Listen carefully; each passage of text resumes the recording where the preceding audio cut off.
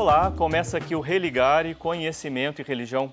Os estudos sobre religião no Brasil estão contribuindo para novas leituras do campo religioso brasileiro. Quais têm sido as principais transformações neste cenário? Eu recebo o Emerson Sena da Silveira para falar sobre um dos aspectos dessa realidade em transformação. Seja bem-vindo, Emerson. Obrigado, Flávio. Acompanhe as notícias do Religare pelo site da TV Horizonte. O nosso endereço é www.tvhorizonte.com.br/religare. No nosso site você acessa os vídeos das entrevistas e fica sabendo sobre o que acontece no programa. Nós estamos também nas redes sociais. Procure por Religare, Conhecimento e Religião e deixe seus comentários para a nossa equipe. E nesta semana, você que assiste o Religare pode participar do sorteio de uma obra do nosso convidado. Você pode escrever para a nossa equipe, o nosso e-mail é religare@tvhorizonte.com.br para participar do sorteio desta obra cedida pelo nosso convidado, Espiritualidade e Sagrado no Mundo Cibernético. Emerson, obrigado pelo presente aos nossos telespectadores. Eu gostaria de começar falando, não desse livro que você nos deixou, depois nós vamos falar sobre ele, mas sobre novas leituras do campo religioso brasileiro. O desenvolvimento das ciências da religião tem tem favorecido novas leituras do campo religioso brasileiro. Eu gostaria de saber de você o que é que está acontecendo neste cenário e o que esta obra trabalha. Muito obrigado, Flávio, pela oportunidade de estar aqui com vocês e com os telespectadores. O livro, ele foi feito por mim e pelo professor Flávio Sofiachi, na Universidade Federal de Goiás, no sentido de perceber novos olhares e abordagens sobre os fenômenos que já existem há muito tempo no campo religioso brasileiro. Por exemplo, o catolicismo, não é? Que tipo de catolicismo temos no campo? Quais as transformações que o catolicismo tem sofrido? No livro também, há abordagens sobre, por exemplo, a comunidade muçulmana, que tem tido destaque hoje, os evangélicos, que não podiam deixar de faltar, e sobre essa vertente carismática, os padres cantores. Há um artigo aqui belíssimo da Eliane Oliveira sobre a canção nova, a semântica da canção nova, que ela introduziu mudanças importantes na concepção do que é ser católico, em conexão com outras transformações do campo religioso brasileiro. Então, são vários especialistas, antropólogos, historiadores, sociólogos e cientistas da religião, no meu caso, por exemplo. Você é professor de um programa de Ciência da Religião numa universidade estatal, primeiro departamento de Ciência da Religião no Brasil, fundado no final da década de 60. Como que desse lugar você avalia os estudos sobre religião no Brasil? Olha, a história é muito interessante, Flávio. Recentemente contada pelo professor Faustino, ele foi o primeiro aluno desse curso de graduação, né? Ele foi criado junto ao departamento de filosofia, né, na época, pelo padre James Nuck, um famoso, né, teólogo da moral, né? Ele veio com a ideia, a universidade aceitou, mas o curso chamava-se Ciências das Religiões, no plural. Isso é interessante. E ele sofreu duas grandes resistências, que ainda é algo presente na ciência da religião, mas de uma outra maneira. A primeira resistência foi interna. Havia setores na universidade que não aceitavam, tinham resistência aos estudos de religião. Então, eles entendiam os estudos de religião como uma espécie de apologia catequética. E não é, absolutamente. Esses setores foram capitaneados pelo direito, né? E um setor externo, que era a própria Igreja Católica de Juiz de Fora, que num primeiro momento aceitou, mas depois ela recuou. O curso não teve continuidade, infelizmente, mas o departamento ficou, né? E oferecia disciplinas e posteriormente foi chamado de Ciência da Religião. Isto acompanha o processo de ascensão da área, Ciência da Religião, que é uma área que está em consolidação. Não está consolidada, ainda há muitos debates, e eu assinalo duas grandes vertentes nesse debate, né? Uma vertente que vê a ciência da religião como uma espécie de área de estudos, com subdisciplinas, e uma vertente mais orgânica, que vê a ciência da religião como um novo olhar, uma nova postura, com contribuições metodológicas várias da história, da filosofia. Algumas críticas a ambas existem. Eu concordo com uma crítica feita à abordagem subdisciplinar, porque parece encerrar os estudos em disciplinas específicas. Por exemplo, Sociologia da Religião, uma subdisciplina das ciências empíricas da religião, do autor Klaus Hock, não é? Aquele livro Introdução à Ciência da Religião. Sim, da Loyola. Sim. Exatamente. E tem uma outra perspectiva do Grechat, né? Que propõe uma visão mais orgânica, mais de conjunto total. É o desafio hoje, de fato, como caminhar para um estudo mais integrado de totalidade do fenômeno religioso, que não perca a contribuição das outras disciplinas, mas também não encerre-se em subdisciplinas específicas, que é um risco que a área corre. Né? Agora, voltando para o tema da nossa conversa aqui, o campo religioso brasileiro em transformação. O que é que você identifica como de mais impactante, né? O que tem mais transformado no campo religioso brasileiro? Uma pergunta interessante, porque de fato há muitas transformações, mas eu diria, dentre as várias, eu assinalaria a ascensão do neopentecostalismo, não é? E toda a movimentação em torno do catolicismo, não é? Essas duas transformações no campo católico e no campo evangélico, eu assinalaria isso. E uma terceira, que é a redução das religiões afro, da afiliação às religiões afro, especialmente Umbanda, assinalada no último censo do IBGE. Sim. Falando sobre um desses aspectos, o catolicismo, como é que você compreende, né, uma leitura de perfil sociológico que identifica um catolicismo tradicional, um catolicismo carismático, um catolicismo mais engajado em lutas sociais? O que dizer desta realidade, o catolicismo?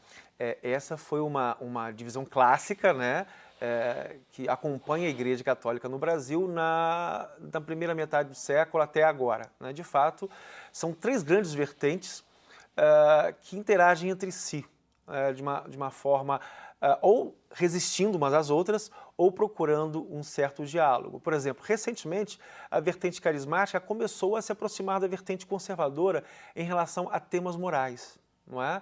A questão do aborto, da união civil homossexual. Então, houve uma certa aproximação entre essas duas vertentes em termos de liderança. O catolicismo da libertação sofreu muitas transformações. Eu assinalo um pouco a abertura mística, né? A Pastoral da Terra, por exemplo, todo o debate sobre a ecologia, a mística da terra, né, acabou sendo absorvida pelo catolicismo da libertação. Embora, em termos numéricos, o catolicismo está sofrendo um declínio constante.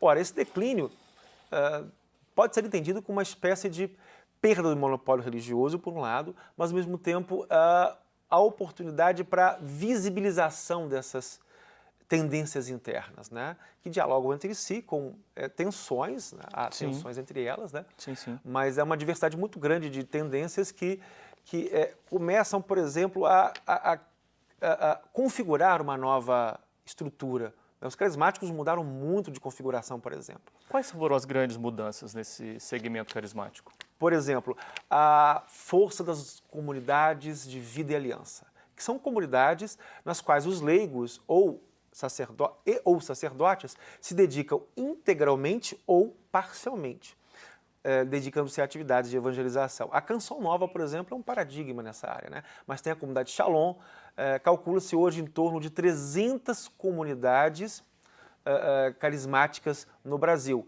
algumas com um crescimento impressionante. Eu acompanhei uma em Juiz de Fora, chamada Comunidade Resgate. Hoje ela consegue reunir em uma missa 3.000 pessoas, né? Numa chácara que eles têm em Juiz de Fora. Então, a ênfase nessas comunidades é uma transformação do catolicismo carismático e também o surgimento dos padres cantores, né? O padre Marcelo Rossi, que veio, é oriundo da renovação carismática, e outros padres, né? Que na abertura iniciada pelo Marcelo Rossi, iniciaram aí a sua trajetória de ascensão. Hoje são vários, né? Com Facebook, no Twitter, né? Tem, assim, utilizado muito os canais de comunicação. Você pesquisou também um fenômeno que foi nomeado como juventude conservadora. Que é essa tendência? Há um movimento nessa direção? Sim, por parte da juventude? Um movimento em eu pesquisei no Facebook e nas redes sociais. Ah, sim. Eu havia percebido o crescimento de perfis no Facebook e nas redes sociais de comunidades que usavam essa ideia de tradicionalidade. A missa em latim, não é? Como um dos elementos visuais mais importantes e mais impactantes. É um tipo de um eixo de identidade. A defesa da missa em latim, por exemplo. Então, pesquisando esses grupos, eu percebi que era formado por uma juventude, né, que era católica, mas depois perdeu um pouco a referência católica e buscou, de novo, essa referência naquilo que é chamado elementos da tradição, né, ou uma certa leitura da tradição, que é uma leitura que começa com o Concílio de Trento, né, toda uma liturgia, toda uma postura pastoral e teológica com as quais esses jovens se identificam, né, e fazem questão de dizer: eu sou conservador, eu sou tradicionalista. O que é interessante, porque a juventude está associada, em geral, a contestações, a experimentações, mas é uma experimentação conservadora, se eu pudesse dizer, eu diria uma experimentação conservadora. Nós estamos conversando hoje com Emerson Sena da Silveira sobre o campo religioso brasileiro em transformação. Nós vamos fazer um breve intervalo na nossa conversa, mas nós voltamos já.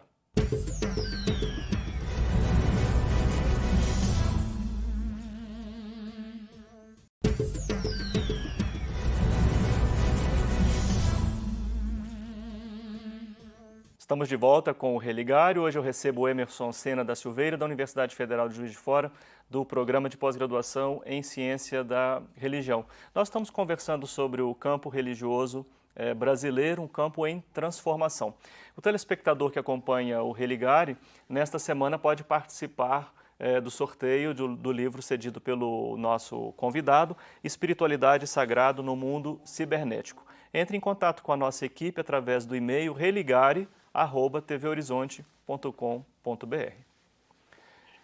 Emerson, um outro aspecto importante que você também mencionou é o crescimento do segmento evangélico neopentecostal. Quer dizer, os evangélicos, no seu conjunto, já correspondem hoje a 1/4 da população religiosa do país. O que você nos diz sobre esse contexto?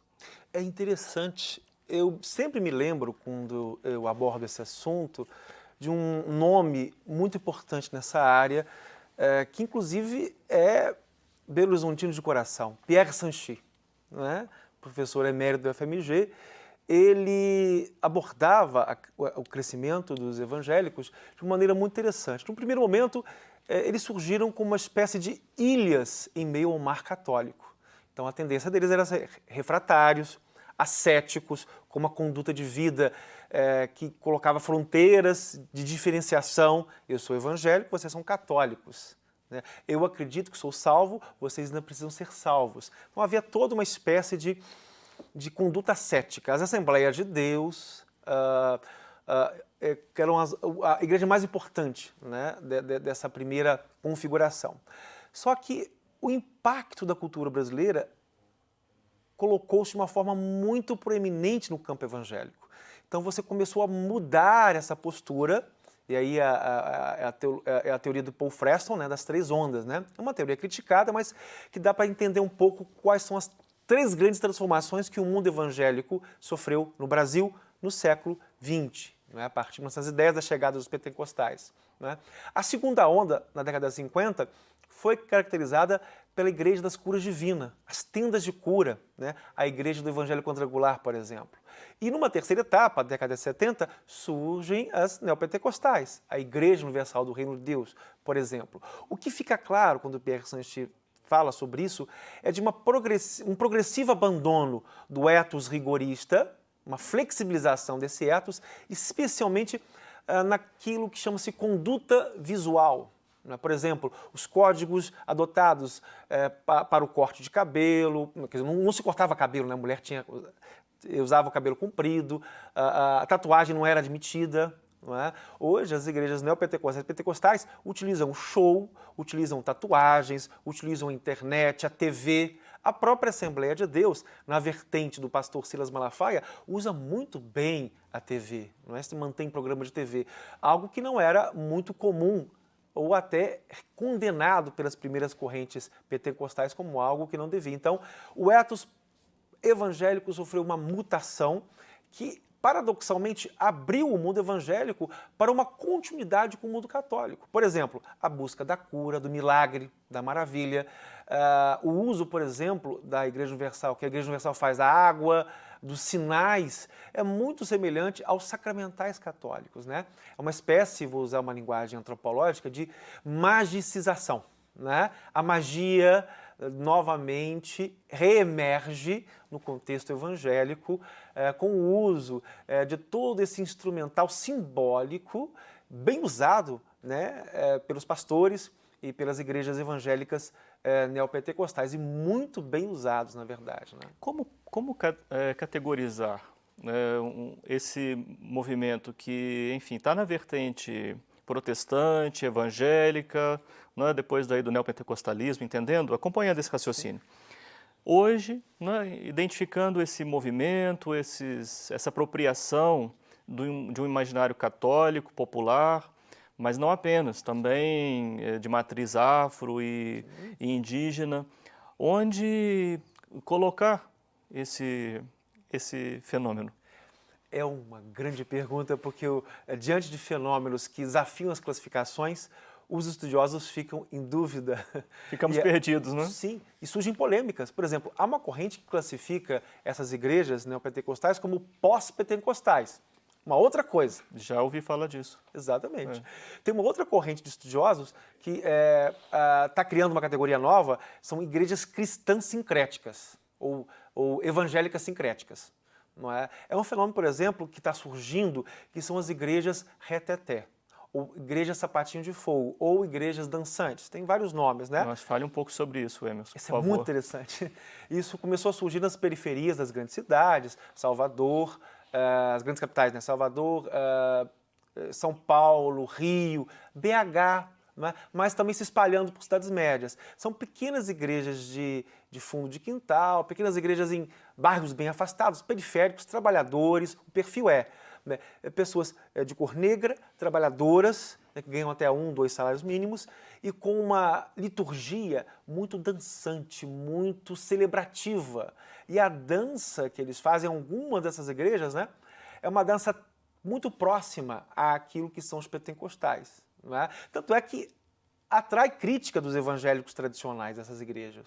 O Edir Macedo criticou no seu blog essas igrejas, dizendo que elas não são igrejas inspiradas pelo Espírito Santo. Por quê? Das acusações sobre essas igrejas é que seriam uma espécie de macumba gospel. Por quê?